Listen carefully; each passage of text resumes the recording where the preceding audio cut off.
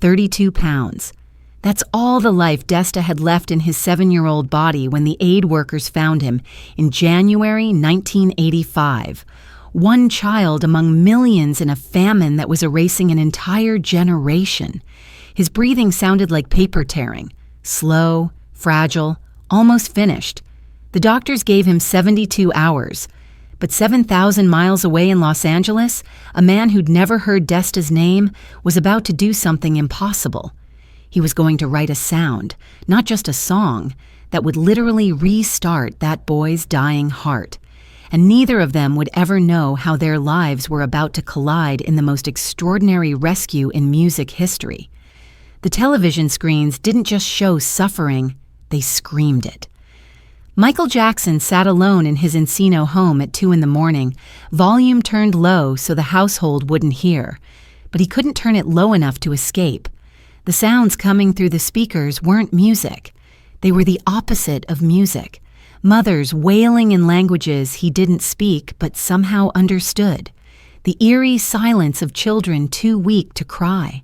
The hollow rasp of wind across empty food distribution centers. 8 million people were dying while he sat in a house with 17 rooms. And something inside him, not guilt, something fiercer, began to break. His hand found the piano in the darkness. One key, E flat. He pressed it, held it, let the note hang in the air until it faded to nothing. Then again, and again. For 3 hours, that's all he did. One note. Because how do you compose death? How do you write a sound that fights extinction? His fingers were trembling. This wasn't inspiration. This was desperation in its purest form. Michael stopped sleeping. Not in the artist way where you stay up creating. In the way where your body forgets how because your mind won't stop calculating. Every bite of food tasted like theft. Every hour wasted felt like murder. He'd pull his car over on the freeway because a melody fragment hit him and he had to sing it into his tape recorder before it disappeared. His collaborator found him one morning hunched over the piano, the same clothes from 2 days ago, fingers raw from playing. The trash can overflowed with crumpled sheet music. Each discarded page was another failed attempt to bottle lightning. The equation haunted him. 37 minutes of sound equals how many lives? Every second had to count. Every note had to work. He wasn't writing entertainment. He was engineering a survival tool. And the weight of that mathematics was crushing him. What if he got it wrong? What if people heard it and felt nothing? What if he poured everything into this melody and it just evaporated? Then on the 4th sleepless night, his hands found something different on the keys. Not the sound of death, not the sound of pity, the sound a mother makes when she refuses to let go of her child's hand. That's what he heard. That's what he started building. Note by note, chord by chord.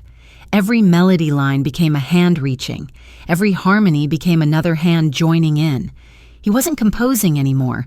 He was constructing a rescue rope made of sound. On a January night in 1985, 45 voices gathered in a studio that could barely fit them all. And what happened next wasn't just recorded. It was weaponized. Every vocal track became a missile aimed at helplessness. Every harmony was engineered to crack open wallets and hearts and bureaucratic resistance. They didn't know it yet, but the sound waves leaving that room were already hunting for Desta. The recording session started at 10 at night. By 2 a.m, something in that studio had changed. The sound engineer's hands trembled when he played back the first full take. He'd recorded thousands of sessions, never heard anything that made his chest physically tighten like that.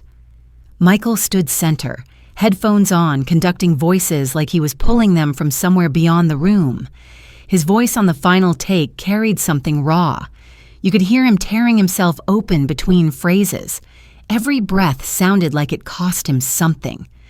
When they finished at 6 a.m, nobody spoke. The silence after that much sound felt sacred.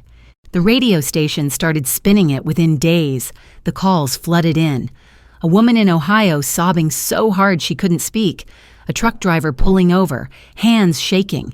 people walking into banks with their entire savings made out to strangers across an ocean. The song became a command. Within 3 weeks, enough money to feed millions. Within 3 months, cargo planes touching down in Ethiopia. And in a village in Ethiopia where the ground had turned to dust and the silence had turned to acceptance, a rusted radio crackled to life. The aid worker who brought it didn't know Desta was already unconscious in his mother's arms, didn't know they were listening to goodbye sounds, the last memories before letting go. But then the music started, and something impossible happened. Desta's mother held him against her chest, feeling his heartbeat slow. She was singing to him, a village lullaby, the same one her mother sang to her, but her voice kept cracking, breaking, stopping. Then the radio found the signal, static first, then something else. Voices. So many voices they sounded like an army of angels refusing to let him go. The melody washed over the village gathering. Nobody understood all the English words, but they understood the sound of collective refusal, the sound of the world saying, "Not today. Death. Not this child. Not while we have breath to sing and hands to help." Desta's mother started swaying to it, still holding him, still crying. But the rhythm of the song gave her something to move to besides grief.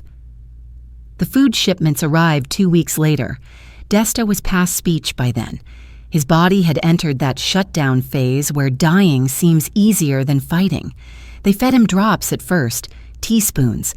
His stomach had forgotten its job, but every day the aid worker played that radio, the same song, on repeat, like medicine delivered through sound waves.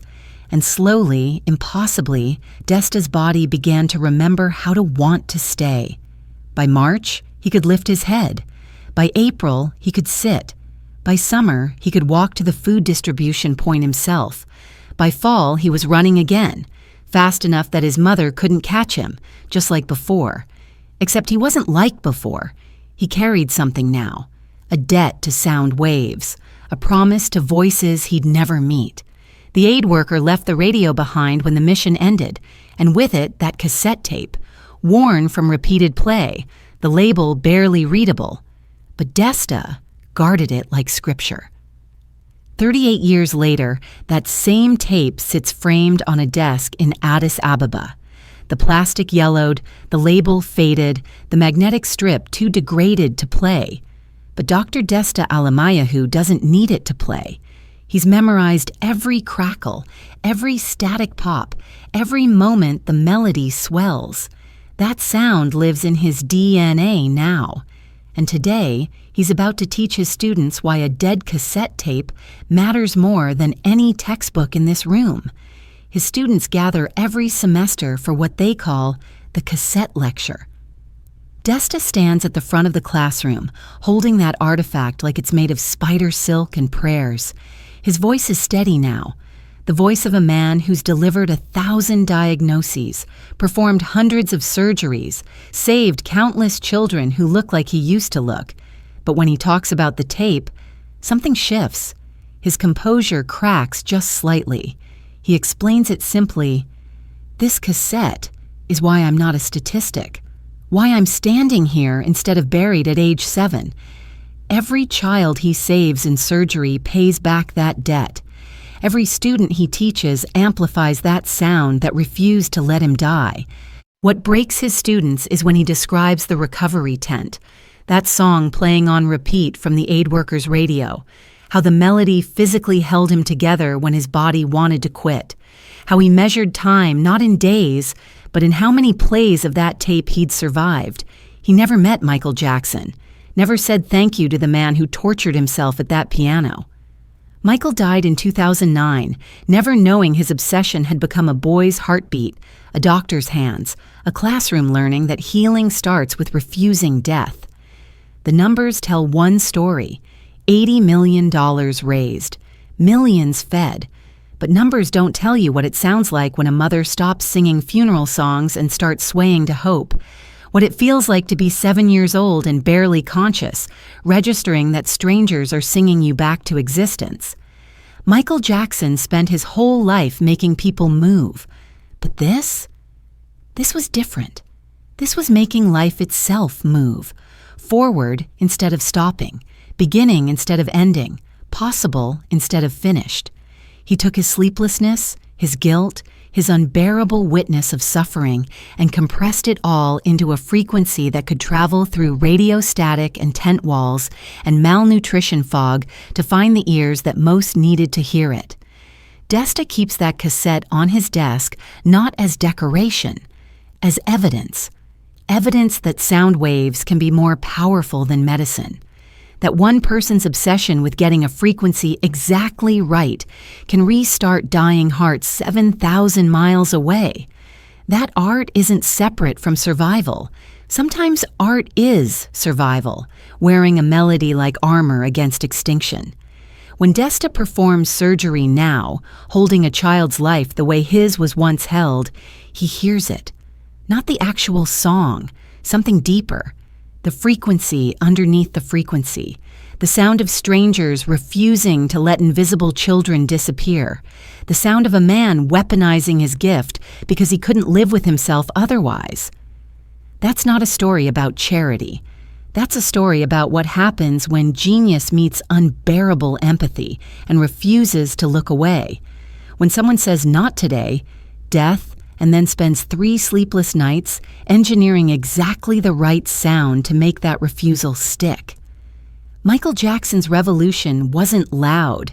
It was a whisper that traveled across oceans, a frequency that said, "You deserve to breathe." And decades later, that whisper still echoes in a doctor's hands, in a yellowed cassette, in every child who doesn't become a statistic because someone they'll never meet decided their life was worth losing sleep over.